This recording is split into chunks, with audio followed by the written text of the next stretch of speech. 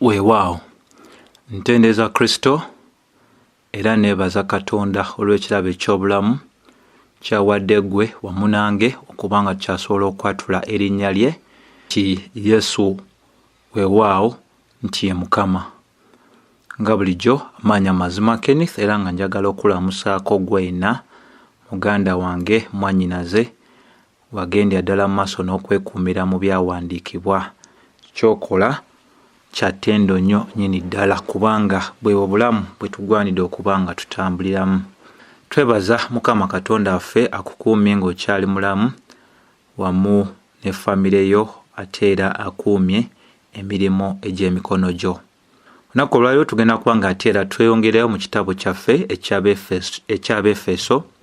Tuli ogenda mu maaso n'okuba nga tuyigiramu ensonga ez'enjawulo era nga leero tugenda kuba tutunuulya essuula ey'okubiri olunyiriri olw'omunaana n'olw'omwenda. Olw'omunaana n'olw'omwenda. Jjukira ku mundi guli twasembayo okulaba ekitundu ekisooka ku lunyiriri olw'omunaana naye kati twagala tuggyeyo ekitundu ekirala ekyali kisembayo mu lw'omunaana olwo tugatteko n'olw'okumeka n'olw'omwenda. Njagala ntandike nga nsomera ennyiriri zino ez'emirundi ebiri olw'omunaana n'olw'omwenda kubanga mwalokoka lwa kisa lwa kukkiriza so tekwava gye muli kye kirabo kya Katonda. Olw'omwenda tekwava mu bikolwa omuntu yenna aleme okwenyumirizanga. So njagala tutunuulire ku ssomo lye tuyita obulokozi si bwa bikolwa. Obulokozi si bwa bikolwa. Ensonga eyo singa tuginnyonnyokera ddala bulungi ejja tuyamba okuba nga tukwasaganya ensonga ez'enjawulo mu bulambulukufu bwazo nnyo nnyini ddala singa ensonga eyo tukola tutya tuginnyonnyokera ddala bulungi. So waliwo ebintu bya mirundi esatu bye njagala tubeere nga tutunuulira. Enjogera zino ez'emirundi esatu nkulu nnyo nnyini ddala. Okwogera okusooka kwe kuno amanga okuli mu lunyiriri olw'omunaana okugamba so tekwava gye muli kye kisookera ddala. Ekyokubiri kye kirabo kya Katonda. Ekyokusatu tekwava mu bikolwa omuntu yenna aleme okwenyumirizanga.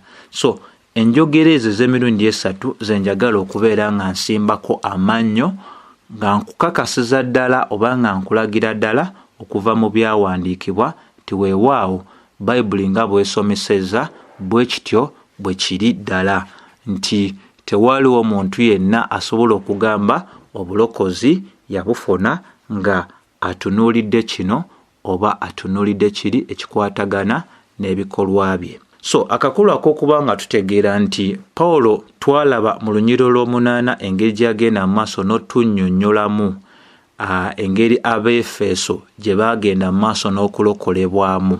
N'alagira ddala nti baali baalokolebwa lwa kisa lwa kukkiriza. Baali baalokolebwa lwa kisa lwa kukkiriza. Ne Pawulo y'omu yagendera ddala mu maaso ate era n'okuba nga annyonnyolera ddala butya omuntu bw'asobola okubeera nga takola ki tasobola kulokolebwa. Era n'alaga nti mu kitundu kino ekyokubiri kye tuli otunuulira nti omuntu tasobola kulokolebwa nga yeesigamye ku mirimu gye oba nga yeesigamye ku bikolwa bye. Ensonga lwaki olunyiriri olw'omunaana lwongerayo nga lutandika n'ekigambo ekigamba nti bw'oba osomye wano lutandika n'ekigambo ekigamba nti so tekwava gye muli. So tekwava nti enjogera eyo egamba nti so tekwava gye muli kino kye kirabo kya Katonda. Enjogera eyo ennyonnyola omulimo gwonna ogw'obulokozi obulwo olw'ekisa olw'okukkiriza. Bw'agamba nti mwalokolebwa lwa kisa lwa kukkiriza so tekwava olwo atemako oba aggyawo embeera yonna omuntu gy'asobola okwesigamako ng'agamba nti omanyidde ddala nti nange ninako akantu ke neekolera. So ebigambo ebyo ebikozesebwa ebigamba nti so tekwava eri mmwe bigambo bya kubeera nga bisirisiza ddala embeera eyo egezaako okubeera nga eraga nti mu ngeri emu oba endala omuntu ono alinako akantu kyakola ki keyagenda maaso n'okubeera nga naye agattako.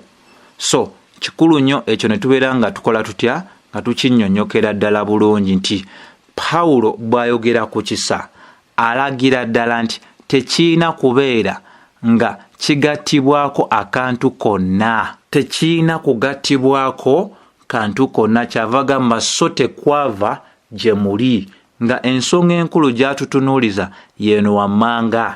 Bwe kuba tekwava gye tuli waleme kubeerawo eyeepanka, kubanga kino kye kirabo kya Katonda, nti obulokozi kirabo n'okukkiriza kwennyini nakwo kirabo.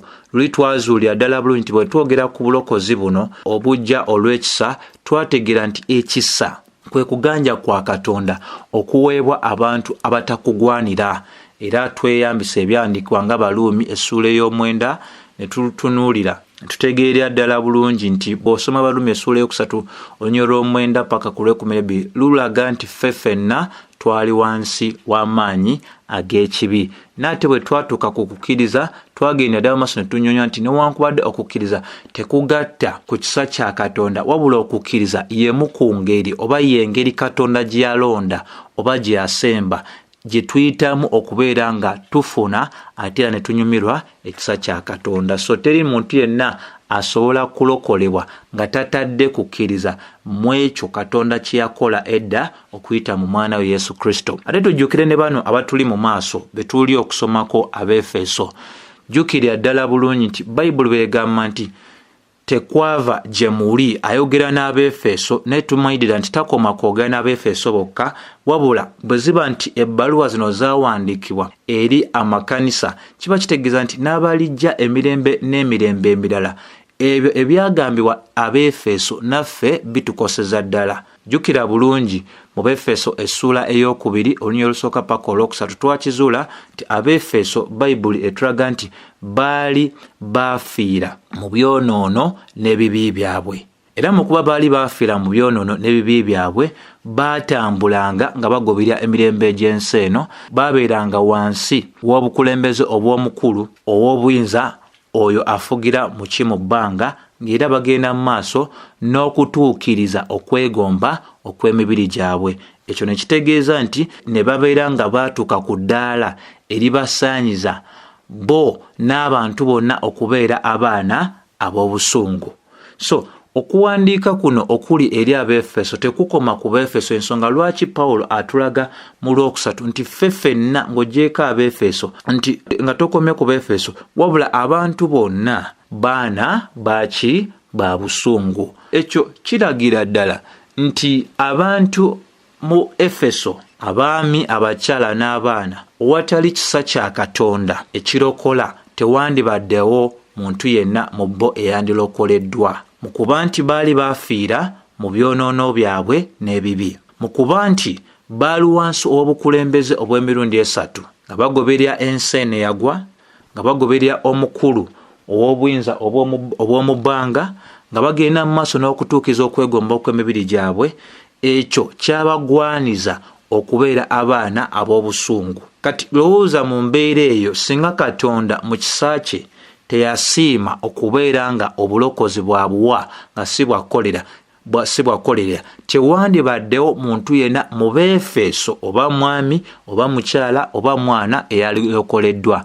Yensonga emu gye tuzza gye tuli nti ekyatuuka ku Befeso kyekintu kyekimu kye twagala, kyekintu kyekimu ensi yonna n'emirembe girijja gye kyetaaga, kubanga owatali kisa kya Mukama waffe Yesu Kristo teri n'omu asobola kulokolebwa. Ensonga lwaki tugamba obulokozi si bwa bikolwa oba si bwa kukolerera. Abantu bonna ng'oggyewo ekisa kya Katonda ekirokola, tewali bo bonna basigala wansi w'obusibe obw'ekibi. Abantu bonna owatali kisa kya Mukama waffe Yesu Kristo bo bonna basigala wansi ow'obufuzi obw'ekibi. Twala ekyokulabirako nga tweyambisa Tito essuula ey'okusatu kubanga tunnyonnyola ebyawandiikibwa n'ekyawandiikibwa. Tito awandiika agamba nti kubanga era naffe edda twali basirusiru abatawulira, abaalimbibwa nga tuweereza okwegomba n'ebinyumu ebitali bimu, nga tubeera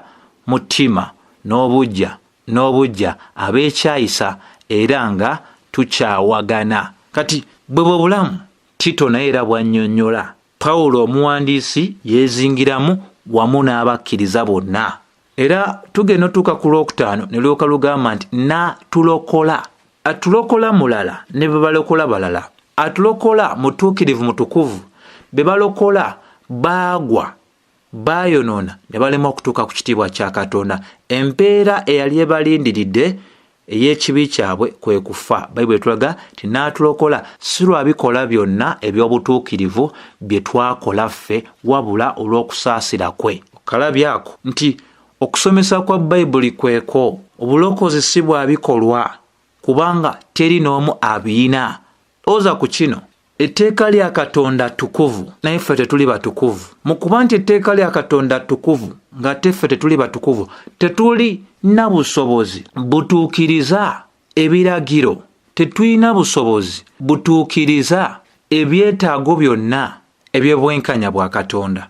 Kubanga gwe lowoozaamu ku kino, omuntu yafiira mu biibye n'ebyonoono bye, anaatuukiriza atya ebyetaago byonna eby'obwenkanya bwa Katonda omutukuvu?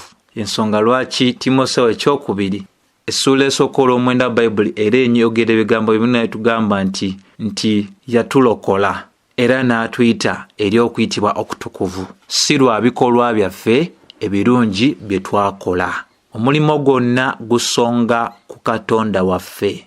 Nti bw'owulira ebigambo bino n'atulokola, enjiri tetunuulira muntu, enjiri tezimbibwa ku muntu, enjiri ezimbibwa ku Katonda. O kye tuyita man-centered gospel, o kye tuyita the me gospel.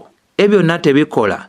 Ekikola is what we call Christ-centered gospel. Enjiri nga egulumiza Mukama waffe Yesu Kristo. Enjiri eyimusa Mukama waffe Yesu Kristo. Naye enjiri leero ebuulirwa mu makanisa agasinga eyimusizza nnyo abantu waggulu wa Katonda. Bawaana aboonoonyi, basiima aboonoonyi, bagamba nti batendo, balungi, bagwanira. Era tukuziza n'abaana baffe mu mbeera eraga nti bagwanira. Omwana wange kana alina okafuna, ne kana alina okafuna, ne kana alina okafuna, ne kana alina okafuna. Teriiyo mwana olwo omugamba nti nedda. Ekyo nedda tosobola kifuna. Tokigwanira kifuna ekyo. Oba olw'emyaka gyo, oba olw'empisa zo. Buli kimu tugamba weewaawo. Ensonga lwaki Bagalatiya essuula ey'okubiri eyingira mu nsonga zino, naye ate n'enywereza ddala bulungi otulagira ddala ti bassebo ne bannyabo ensonga enkulu y'eno egwanidde okuba nga ekola ki? Efiibwako bw'otunulira olw'14. Pawulo agamba nti naye olw'16 ntandike ku olw'16, naye bwe tumanyi nga omuntu taweebwa butuukirivu lwa bikolwa eby'amateeka wabula olw'okukkiriza Yesu Kristo. Era naffe twakkiriza Kristo. Bano bajjukira Abayudaaya, engeri Omuyudaaya gyaweebwamu obutuukirivu y'engeri y'emu munnaggwanga gyaweebwamu obutuukirivu. Tulyoke tuweebwe obutuukirivu olw'okukkiriza Kristo, naye si lwa bikolwa by'amateeka, kubanga olw'ebikolwa eby'amateeka tewali alina omubiri aliweebwa obutuukirivu. Kyogamba nti bikolwa byo birungi kyenkaniddewa oba kyenkanawa? Tewaliwo bikolwa byonna birungi kimala bisobola kuweesa bantu bulokozi.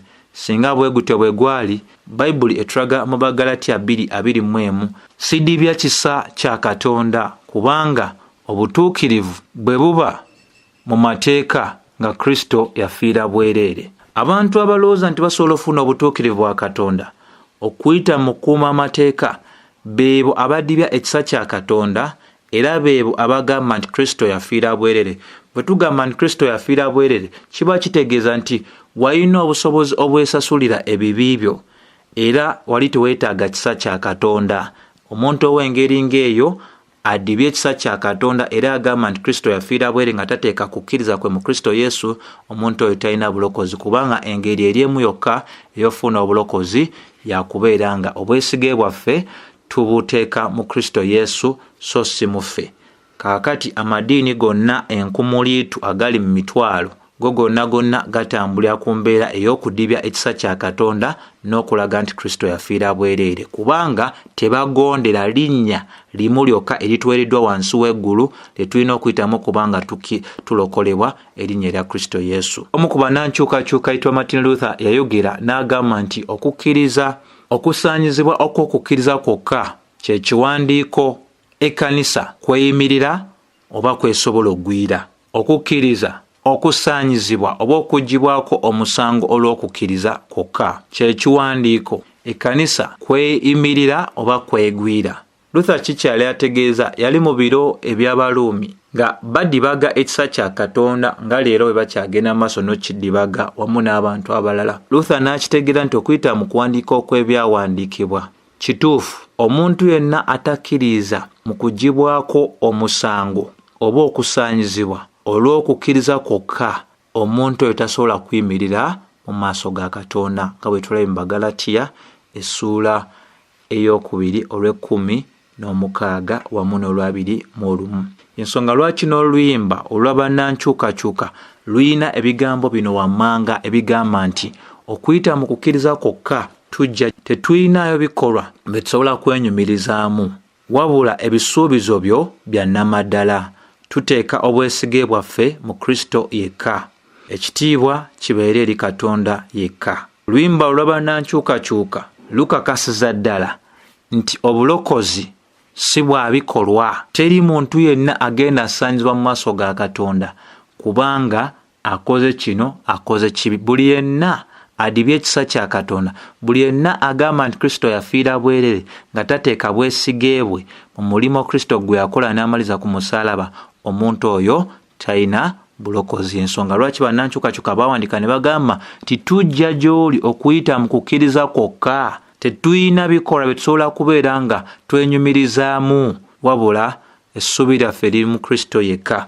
Olw'ensonga eyo mikwano, kikulu nnyo okuba nga tutegeera nti teri muntu asobola funa bulokozi okuva mu bikolwa eby'amateeka, kubanga Baluumi essuula ey'okusatu nayo egenda ddala mu maaso neekubira ddala ku mutwe ng'eragira ddala nti kubanga olw'ebikolwa eby'amateeka alina omubiri yenna taliweebwa butuukirivu mu maaso ge, kubanga amateeka gamanyisa ekibi. Amateeka tegaaweebwa tufuula batuukirivu, amateeka gaatuweebwa okubeera nga gatwambula tulabe obwetaavu bwaffe obwoyo Mukama waffe Yesu Kristo. Ensonga lwaki Bagalatiya 3:23-25 lulagira ddala nti etteeka lyasonga ku Kristo teryasonga ku ffe, kubanga muffe teri muntu yenna asobola kubeera ng'agamba alina obulokozi. Bw'osoma Baruumi essuula ey'okuna olunyiriri olw'okubiri lugamba nti kubanga Ibulayimu singa yaweebwa obutuukirivu olw'ebikola, singa alina ekyokwenyumiriza,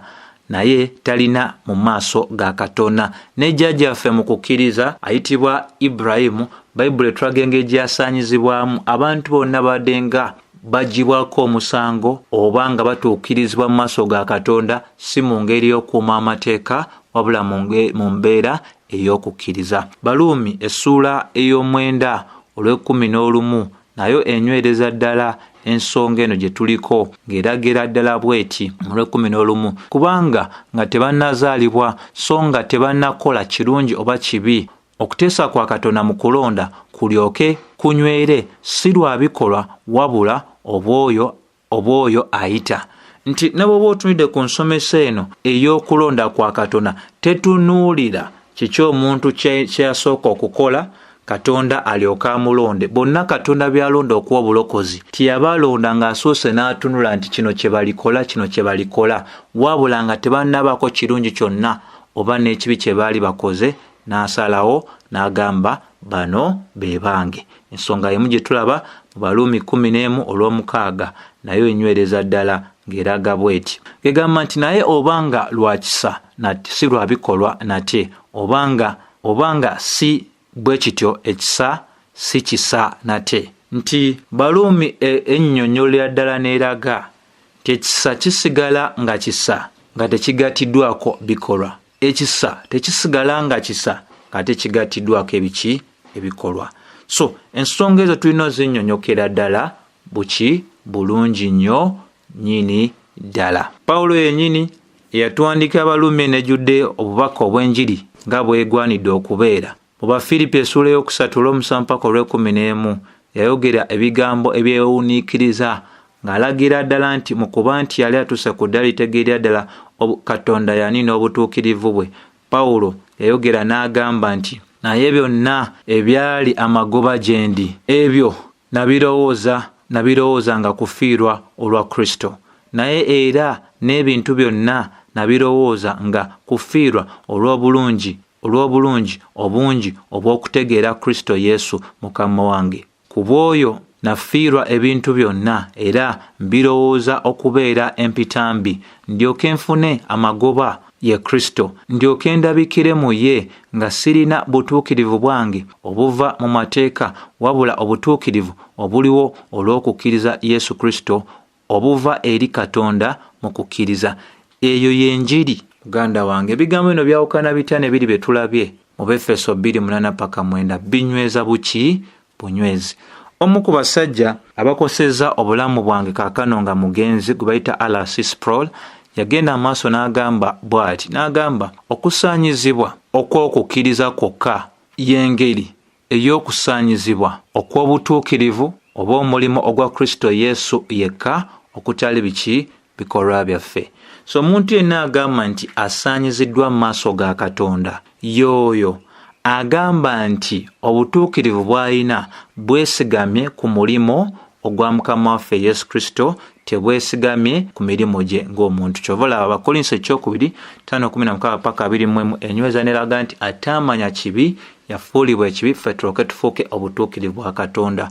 Okusomesa okwo oba ensomesa gye tuyita eya substitutory atonement oba essomo eritegeeza nti ebyono byaweebwa ono n'ebyono ne biweebwa oli, kwe kutegeera nti Kristo Yesu yabonyaabonyezebwa nga eyatambula oba n'abeera mu bulamu bwaffe bwennyini.